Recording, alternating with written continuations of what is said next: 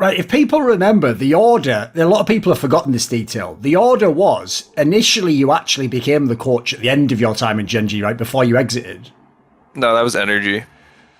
I never coached Gen G. You never coached at all? Oh, I know what I'm mistaking it with. Okay, then when you were going to leave, I think it's because at the end of Gen G, before you officially left, I'm remembering you asking me, are there gigs? And you said something like you were open to coaching, but you still want to play. Yeah, now I've got it. I think that was the gist, right? So basically, is that essentially then why you went to Valorant? Like, you'd have rather still been a pro player in some game than coach CS at that point in time? Is that correct?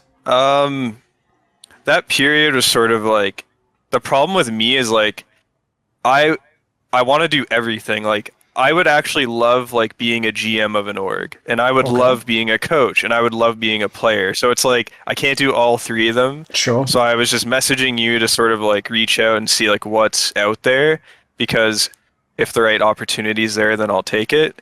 I did have like the option to potentially play in Europe, but it wasn't like the best teams, and I think my main reason of going to Valorant was just because it was Energy asking me, because I had such a good relationship with the owner and like the whole organization, and even Hex was there too now, so like two owners I have a good relationship with are there, so it's like everything was sort of just like pointing towards Valorant when they messaged me. Before that, I was more so leaning towards just like coaching a CS team in Europe or like being a GM. But I was like, you know, maybe Valorant, I'll play it for a bit and I'll get that same sort of feeling I got when I was a kid playing Counter-Strike, and maybe I'll be like revitalized and like motivated again, because I didn't really want to play online Counter-Strike, but playing online for a different game is different, and it was newer and more fresh, so it wasn't as big of a deal for me. But yeah, that was sort of that period. Like, I was down to honestly do any role. I just wanted to see what the options were. Right. When you went over to Valorant, one question I have to ask, just a quick one, is from your perspective, is the amount of like money, etc., in Valorant overblown? Because I'll just say this, like, I know it's kind of a bit of an apples and oranges comparison right now, because NACS is somewhat dead because of the fact that people just get rid of their teams. But if we look at the overall world of salaries in Counter-Strike at Tier 1, for example, I heard that they're still on average higher in CS, and there's way more people have like the 20 or the 30k. What I've basically heard is there are a few people, some really big names, obviously, who got like awesome deals and big, like especially people come from other big games or big streamer figure. But I've heard there's also people in like top teams that are like massive names that like, you know, they make less than CS players do. Where would you say it's like in that regard? Because obviously a lot of people thought one of the reasons to go was that it was like, you know, a fucking gold rush or whatever. Yeah, I would say if you are a tier 1 CS player switching over to Valorant, you're going to take a pay cut, but not that drastic. But I'd say the people who sort of like had to earn their name back again, so like the people who maybe were a pro like 4 years ago in CS and are like playing again, I would say if you're like a top 5 team in Valorant, you're probably like, you're up there. Like, you're probably making more than some like decent European players in CS. And I assume the reason for Valorant salaries being so high this early is just because of the hope of franchising, and you know, yes. I think people are assuming it'll just be the same model League of Legends is having. So, yes. You know, I think that's why the salaries are already so high in Valorant. Were you already essentially, like, I know a lot, like, this is almost an unfair question, right? Because one of the things I feel like people haven't bothered to mention about the whole, wow, is a CS pro going to Valorant, is like, this was the year where everyone was trapped in their fucking house. Of course, everyone's playing Valorant and CS and every other fucking Among Us. Everyone was playing everything. That's all everyone was doing. So, like, obviously, almost every CSGO pro played some fucking Valorant. I mean, the timing was even perfect. It was exactly when we all had to go online for Flashpoint 1. Like, everyone was just sat around. So, I've no doubt you played it. The question is, before you became a pro in it, how much would you say you actually played it? Like, had you sort of, like, towards the end of the gen, had you moonlit a bit in it and, like, played it a bit more than you would otherwise? Or did you just play it for fun and transition? Because the other part that always seems weird to me that no one bothers addressing is some of the pro players from CS who pretend they didn't play the game at all. Well, then why the fuck is someone recruiting you to a top team like tomorrow? You know, like, wouldn't they want you to prove yourself? So what would you say to this topic? I didn't play very much. I played the beta at the very, very start. Like, I played some of the 10-mans and stuff like that, but I wouldn't say I played that much. Like when Sam and I first switched, like we were pretty bad, I'd say. Like we would lose to pretty much like anyone that played the game for like more than a month. In terms of skill, we were there because the game mechanically is pretty easy to pick up, but when you're a CS player and you haven't played Valorant that much and you have all this bullshit flying at you, like darts you have to break and like all this shit, it's definitely a hard game to like initially transition to. I think we even got 13-0'd by like Complexity or something, and they weren't that good back then. So it's like we got pretty shit on the first like 2 months we played. And then we slowly started to get better and better, and then we were finally like competing with like some of the better teams, and I think we picked up a win on like Sentinels and a win on 100 Thieves. Like we beat like some of the better teams in the region eventually. But yeah, I didn't really play it like that much transitioning. Right, obviously, one problem any outsider's going to have to Valorant, if they're not like, someone who's like reborn in Valorant, they've been playing and watching the whole time, is if they just start to approach the early scene, they're going to have an issue I've had, which is you look at the names that are playing, and with the exception of a few people who I will say were very talented from like Overwatch, or, like maybe could have done it in CSGO, but just didn't have enough time, they had like a year or two. Some of the people in your teams, obviously. Aside from these people, there are a lot of names where, like, if I just put it in this context, it'll show you how bad it sounds. There's a lot of names where, like, mate, they were towards the end of, like, the good part of their career when you fucking began becoming a pro in CS. Like, those people were, like, their last good year was probably 2016 or something, and now it's 2021, obviously. So when I see all these names at the top, even if some of them were good at CS once upon a time, we all know at the end they weren't very good at CS. So it does make an outsider wonder, is it an easy game? Is it a game that rewards different strengths? Like, what would you say to that, Red? Because I'll give you an example. From your role, like in-game leader, I've heard that like it doesn't really exist in the same ways in CS. Like, you're not really running strats in the same... Like, for example, I know people, some of the big names like fucking Existence, Happy, and some of these guys went over. There's a reason they're not really set in the world alight, It doesn't seem like they can sort of apply their skill set to the same degree. What would you say... What is Valorant the game like on a pro level in your opinion, and what do you think about the names that are at the top, etc.? The game at a pro level, I would say, is obviously easier in some ways and harder in some ways than CS. I would say the harder thing in Valorant would be you definitely have to be you have to be better in terms of like being reactionary, because in CS you pretty much know what like the other team can do to you, and there's not like too many variables. Like, you're not gonna watch like I Am Cologne and be like, holy fuck, I can't believe like this new strat they created. Like, it's just the same shit, but CS is more about playing like as perfect as possible, whereas Valorant is like there's just so much unknown and so many like new things that can happen at any moment, where it's like if you have 5 good players who can like react at a moment's notice to something new they've never seen, then you're going to be like a pretty good team, I think. It's not, and it's a lot harder for IGLs to micromanage in that game. It's more so like you have to just have good players on your team. And I think that's why Sentinels is so consistent, is like they sort of are a team where like they have 5 people who like have a decent amount of experience in CS. I think most of them like talk a lot, and they all have like pretty good level of skill. So that's like one aspect of Valorant that's harder. I'd say the easier thing though is CS is a game where you need each player to pretty much be all around. Like, you need to be able to lurk, you need to be able to support, you need to be able to entry when it matters, right? Vice versa.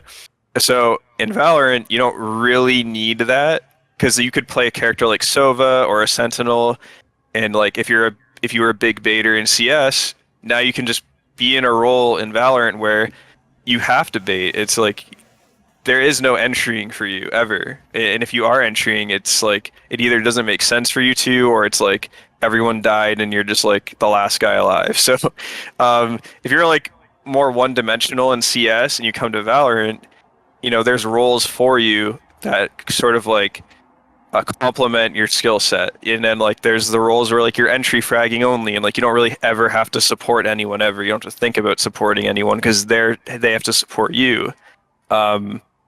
So I'd say that's the thing that makes it easier for some CS players that maybe didn't make it all the way in CS, is now they're playing a game that is easier in that aspect, where they don't have to worry about being an all-around player to the same extent as you did in CS. One of the things that I think actually made people think that like it was going to be really similar to CS as a game was that stupid thing that everyone pastes as like a fucking copy pasta from the developer. You remember when they were saying on Twitter like, "Oh, the abilities won't be for killing people; it will be, you know, like I can't remember what the fuck the pasta is, but we all know what it is." Like and that, obviously, it gets spammed because like certain characters, all they do is fucking kill everyone with the abilities. Like some of them are mad OP, right? When they said that though, I won't lie, it's a pretty good line if you want someone from CS to come over. Because what you make them think is, oh, it's still just about gunplay, which is what CS is. And, you know, if I have mechanics, I'm going to be good. How much of Valorant actually is, do you think, about, like for example, are a lot of the CS players there because they had good mechanics and good raw aim? Like, one of the things I remember thinking when I actually saw how OP the abilities were, is I remember thinking, I actually think it's, if anything, should be the people from Overwatch League who swap over who should have the best time. Like, there's another game where it's about, like, you have to mix in abilities and shooting and positioning, and also you've got all these set roles. It's more MOBA-esque, you know, in that regard, like a League of Legends type game. How much of that do you think was involved? Like, is it a game where the obvious example would be like Scream? Everyone knows Scream obviously had the insane mechanics his whole life in CS. Is the fact that he instantly was a top player just because mechanics do rule the roost in Valorant? What's it like? It's tough because on one side of the coin, if you do just have a bunch of like insane players on your team, you can get pretty far in the game because especially like Scream and Tens and some of the best players in that game right now, the aiming style is different. In CS, in CS, in my opinion, you have to know how to spray and like know how to transfer and like know the spray pattern and stuff.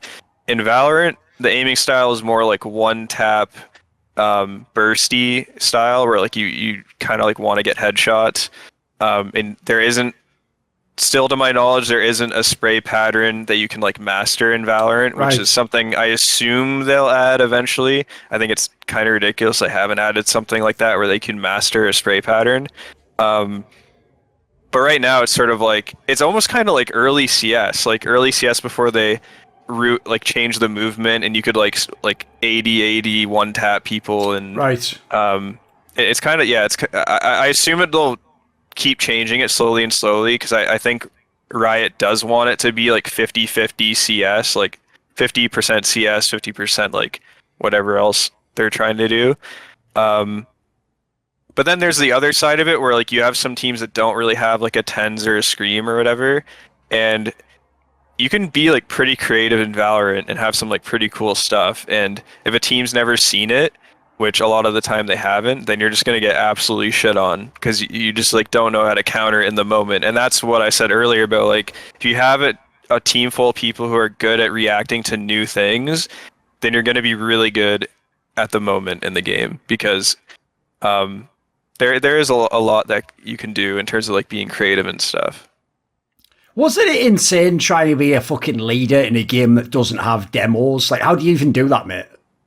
Were you legitimately having to get VODs and sort of like, you know, fucking go through it with like a fine-tooth comb trying to figure out what was happening and stuff? Yeah, there's definitely some troubles with that because some tournaments will have like, maybe my matches will get streamed the whole qualifier, but then the person I played, none of their matches got streamed. So now I have no clue. Now I have no clue what they do at all, and that kind of sucks, obviously.